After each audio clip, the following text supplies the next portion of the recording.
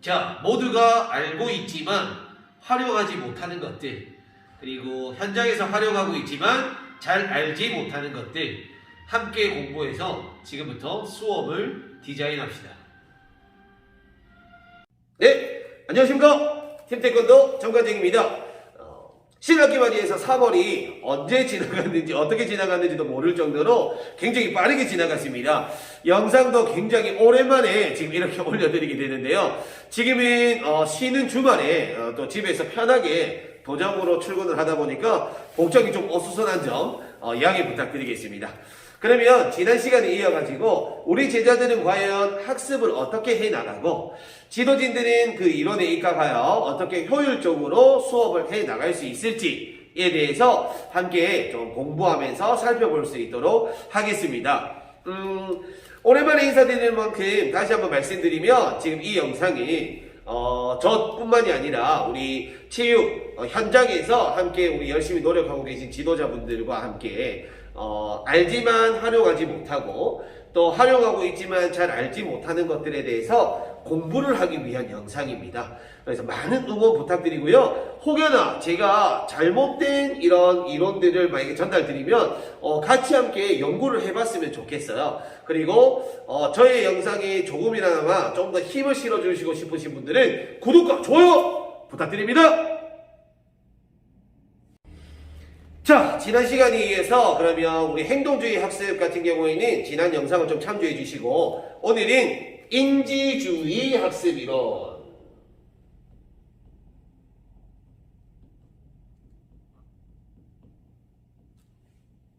이 이론 같은 경우에는 우리가 모두가 다 잘 알고 있고 우리 일상생활에서 절대 빠져서는 안 되는 컴퓨터의 처리 과정, 그것을 토대로 학습이 이루어지는 것을 설명을 하고 있습니다. 그래서 제가 뭐 쉽게 말씀드리면 이제 전체적인 과정을 한번 잡아드리면 먼저 감각기억이라고 있어요.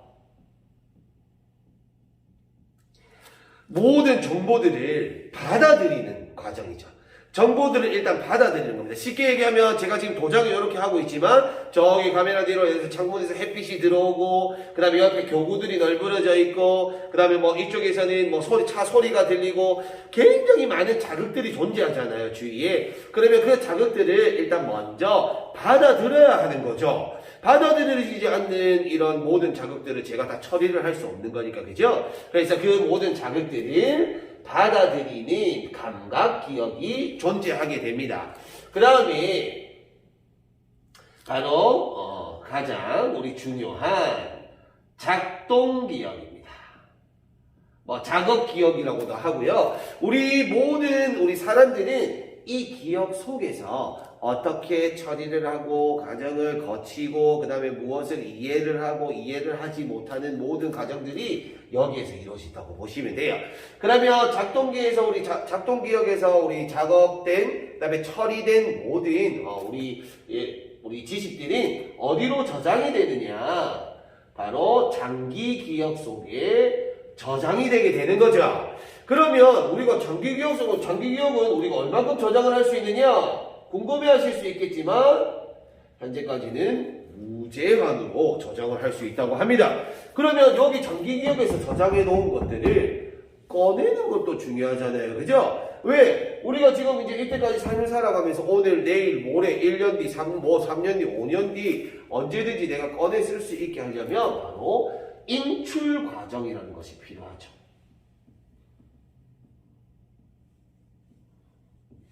자, 그러면 여기에서 우리들이 늘 많이 얘기 듣던 것들이 있습니다. 여러분들 이런 얘기 들어보셨나요? 메타인지, 초인지 이런 거 얘기 많이 들어보셨죠? 특히 우리 초등학교 교육과정이나 많은 학원들에서 사용하고 있는 메타인지, 그게 바로 인지주의 학습 이론에서 입각한 우리 이론에서 나오는 이 용어이고요. 메타인지, 초인지라는 것은 뭐냐면 제가 지금 이제 이해를 하고 있는 것은 시각효과를 제3자의 입장에서 나의 처리 과정들을 둘러볼 수 있다는 거죠. 그러면 내가 어떻게 처리를 했지? 여기에서 처리를 하는 과정에서 여기에서 잘못되었구나. 그럼 요거는 수정해서 이렇게 처리를 해야 되겠구나. 아, 내가 여기에서 잘못되었구나. 여기에서 이거를 처리를 해야 되겠구나. 아, 여기에서 잘못되었구나. 여기에서 처리를 다시 이렇게 새롭게 해야 되겠구나. 라고 나의 인지 과정, 학습 처리 과정을 둘러보고 조작하고 수정하는 학습. 그것을 바로 메타인지라고 합니다. 다른 말로 초인지라고 하죠. 자, 그러면 저하고 이제 이 인지주의 학습에 대해서 조금씩 한번 살펴볼 텐데요. 먼저 감각 기억입니다. 왜 이 감각 기억이 중요하느냐? 사람들이 자극을 받아들여야 됩니다. 받아들여지지 않는 자극에 대해서 처리를 할 수 있는 사람은 뭐 많지 않죠. 그죠? 왜 이런 말들 있잖아요. 한 번에 두 가지, 세 가지 일을 할 수 있느냐? 사실은 자동화되어 있지. 좀 이따가 자동화라는 말이 나오는데요. 자동화되어 있지 않는 모든 이런 자극과 지식에 대해서는 사람들은 처리하기가 어렵습니다. 인지주의 학습 이론에 따르면.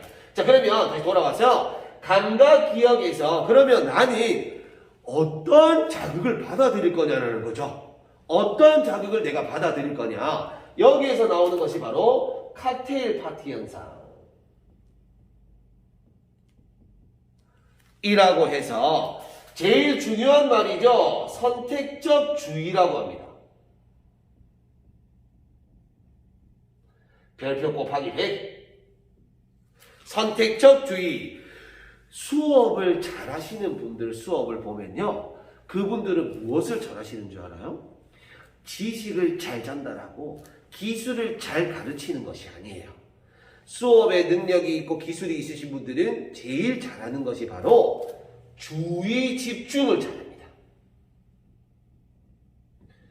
저희들 입장에서 생각을 하시면 안 되고, 뭐 저희들도 또한 마찬가지지만 아이들 입장에서 봤을 때 수업을 지금 이루어지고 있죠, 그죠? 그러면 아이들에게 오는 자극이 관장님에서 나가는 목소리뿐만이 아니에요.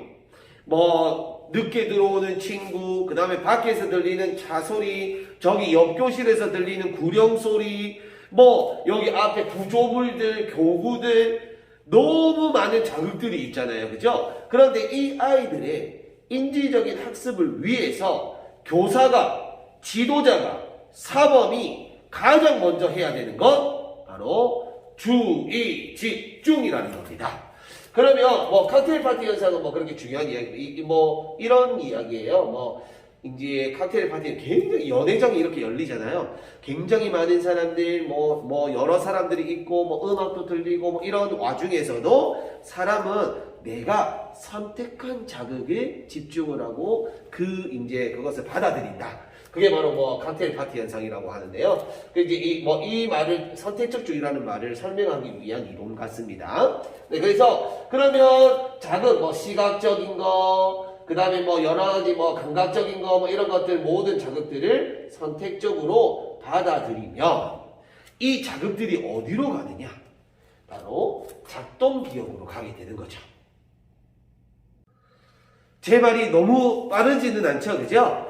다시 한번 말씀드리면 이제 여러 가지 자극들에 내가 주의를 기울이게 되고 그 주의를 기울인 여러 가지 자극 중에 내가 선택적으로 관심이 있는 것들에 대해서 지각을 하게 된다는 겁니다. 그러면 내가 이 지각을 한 것들에 대한 자극을 작동 기억으로 옮기게 되는데요.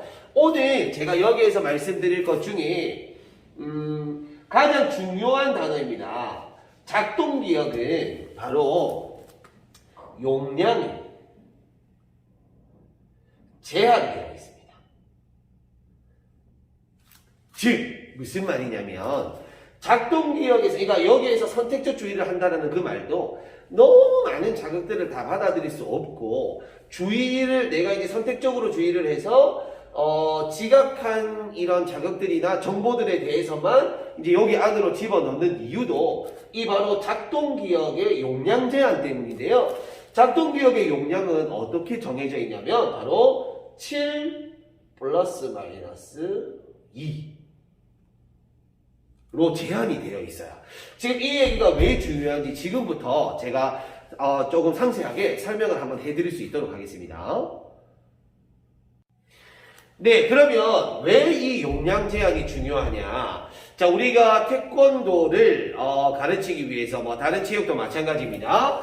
우리 제자들을 한번 생각해 보자는 거죠. 제자들을 위에 잠깐 지우겠습니다. 태극 1장을 가르친다고 보겠습니다. 우리 제자들에게 지금 이제 노란띠에 승급한 우리 제자에게 태극 1장을 먼저 가르쳐 줄 거예요. 그런데 이 용량 제한에 있는 7 플러스 마이너스 2를 제가 표현을 한번 해보겠습니다. 총 7칸의 내가 작동 기억, 그러니까 즉 내가 작업을 할 수 있는 7칸의 용량이 있어요. 그러면 예를 들어서 자, 태극 1장을 내가 오늘 가르치고 싶어요. 그러면 이 아이에게 지금 태극 1장에 대한 선행 지식이나 기술이 없는 상태죠. 그죠? 그러면 이 아이는 이렇게 되는 겁니다. 주먹을 쥐어야 하고, 서기 자세를 배워야 하고, 시선 처리를 해야 하고, 그 다음에 예를 들어서 막기 동작, 공격 동작, 시교색이 너무 많죠. 그죠? 방향 이동, 그 다음에 호흡, 한 번에 이렇게 다 지금 이제 하나도 이 친구는 할 수 있는 것들이 없는 겁니다. 여기에서 태극 1장은 폼새를 처음 배우는 친구니까. 그런데 이 모든 것을 신경 써야 되는 와중에 사모님이 설명이 시작되죠. 자, 너희들은 지금 주먹을 이렇게 쥐어야 하고 왼쪽으로 방향을 이동을 할 건데 시선 먼저 돌아야 하고 발은 뗄 때 뒤꿈치부터 떼서 앞꿈치부터 디뎌야 하고 그 다음에 손과 발의 끝이 마지막에 표현되어야 하고 예비 동작은 어떻고 본 동작은 어떻고 벌써 머리가 아프죠. 그죠? 그러니까 지금 이 친구에게는 신체 동작을 이루어내는 것에만 모든 용량을 다 사용하고 있습니다. 그런데 사범님의 설명이 들어올까요?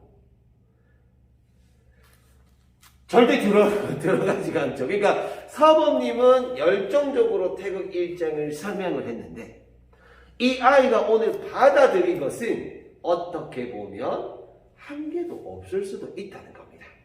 즉 태극 1장을 잘 설명하기 위해서 물론 흰띠 때 기본 동작을 배웠다라는 전제하에 있었더라도 이 친구에게 태극 1장을 조금 더 효율적으로 가르치고 싶다면 먼저 설명 따로 동작 따로로 들어가면 더 좋겠죠.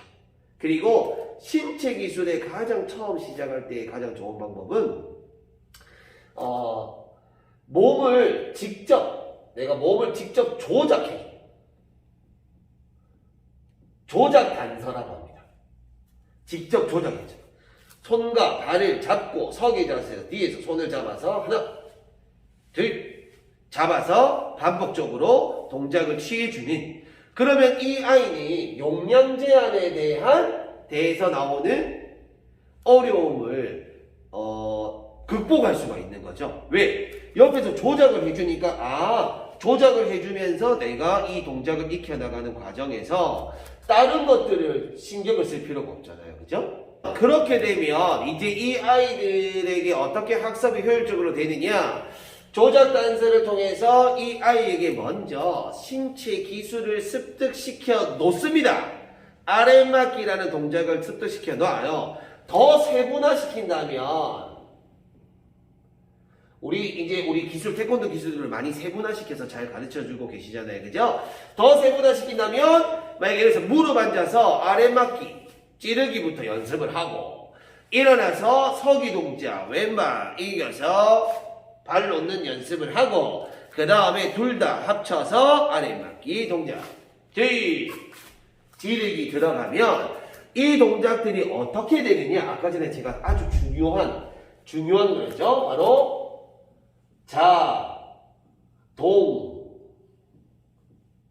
화 되는 겁니다. 네, 그러니까 이 말이 무슨 말이냐면 이렇게 되는 거죠. 내 몸에 벌써 신체 기술이 습득이 된다는 거예요. 습득. 인지적으로도 그렇고 신체적으로도 그렇고 어쨌든지 간에 이 습득이 되면 장기 기억 속에 내가 있다라는 것이고, 그죠? 그러면 내 구조에서 내가 명령을 내릴 때, 왼쪽 돌아서 아래 맞기는 어떻게 되느냐? 굳이 이 칸을 사용하지 않아도 지금 용량이 있는 이 칸을 한 칸을 사용하지 않아도 아랫맞기를 할 수 있게 되는 거죠. 그러니까 즉 여기는 손동작, 발동작, 방향, 시선 이렇게 다 쓰고 있다면 이게 한 군데로 모아져서 왼쪽 돌아 아래맞기로 한 칸이 되는 겁니다. 그러면 이제 그 다음에는 나머지 6칸을 사용할 수 있게 되는 거죠. 그렇게 되면 우리 제자들에게 이제 여유가 생기는 겁니다. 아, 내가 아래 맞고 지르기를 할 수 있는데 이제 사모님의 설명이 이 나머지 공간에서 사모님의 설명이 들리기 시작하죠. 왜? 자동화되어서 나머지 이 용량이 저장 공간이 이 작업할 수 있는 이 공간이 많아져 있으니까. 그렇게 되면 이제 사모님의 얘기도 들리고 아, 이 동작을 더 잘하기 위해서는 이렇게 해야 하고 호흡과 박자라는 것이 있고 뭐 시선 처리는 어떻게 해야 하고 예비 동작과 본 동작은 어떻게 갖고 나가고 이렇게 되는 겁니다. 순차적 학습이 중요하게 되는 거죠.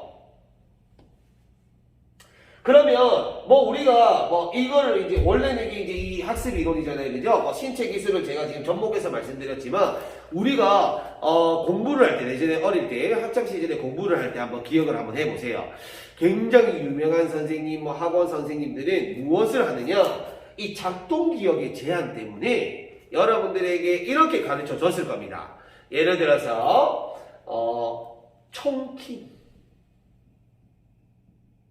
청킨이라는 얘기 들어보셨나요? 뭐 예를 들어서 뭐 제가 다음번에 아주 중요한 피드백에 대해서 제가 한번 설명을 드릴 텐데